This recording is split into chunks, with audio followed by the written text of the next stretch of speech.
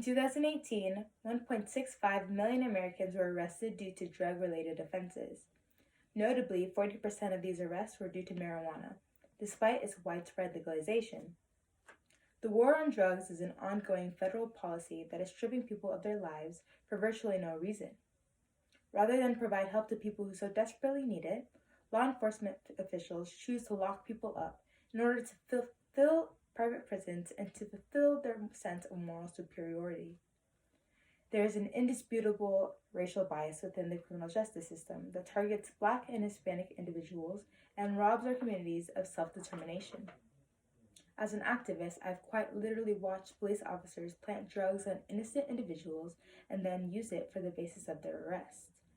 As long as drugs are criminalized, power-hungry cops will abuse the system and not enough people will get the help they need.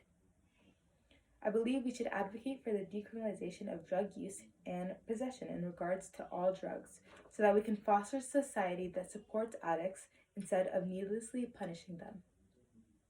First, I will discuss the importance of drug decriminalization. Then I'll provide an organization that is actively working to achieve these goals, and finally, I will conclude with ways for the average American to support this cause. By making drugs illegal and morally taboo, our society hinders people from seeking out treatment. Fear of alienation or imprisonment is high, especially for people of color.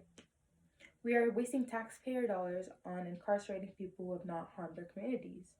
What justification is there for locking up non-violent drug addicts besides the desire to simply be cruel? Just because drugs are illegal doesn't mean less people are consuming them. In 2018, nearly 70,000 Americans died due to a drug overdose. It is clear that criminalizing drugs simply pushes it underground and out of the public view. The stigmas pile high and high until people find it shameful to seek help or fear the repercussions of it.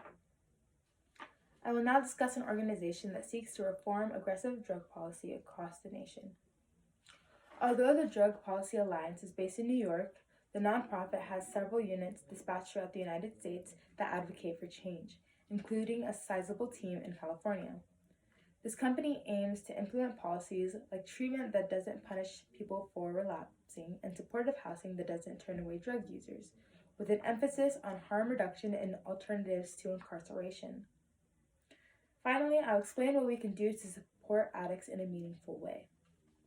Everyone is deserving of empathy. It is vital that we do not treat drug users as inferior or weaker. We have to actively break the stigmas that surround addiction and instead build a community support system. Everyone can donate to local rehabilitation centers if they have the means. But most importantly, whenever election season rolls around, we should aim to vote and decriminalize all drugs, just like Oregon has in the last election season. This is the only way to end the war on drugs and to free people from prisons. Even without the threat of punishment, recovery is a daunting enough task. The least we can do as a society is to provide a safe space for people to be open and honest with their struggles and their vices. Thank you.